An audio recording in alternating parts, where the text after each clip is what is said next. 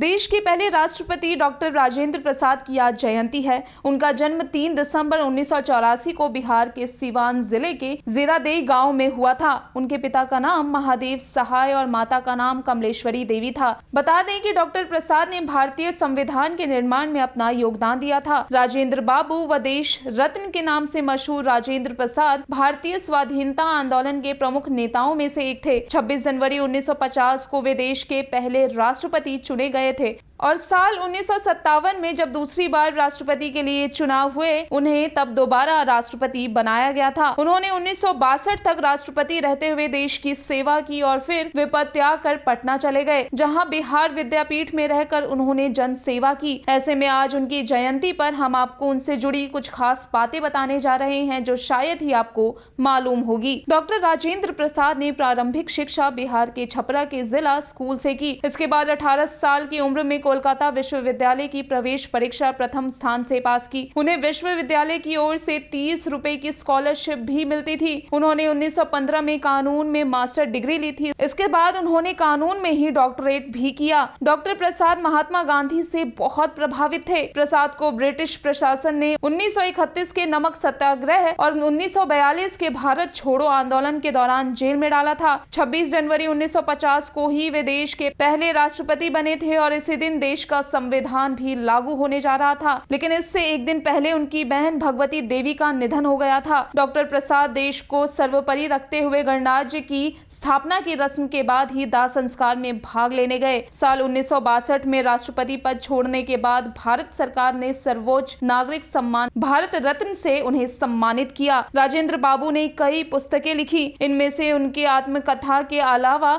बापू के कदमों में बाबू, इंडिया डिवाइडेड, सत्याग्रह एट चंपारण, गांधी जी की देन और भारतीय संस्कृति व खादी का अर्थशास्त्र शामिल हैं। Bureau report, ABN news.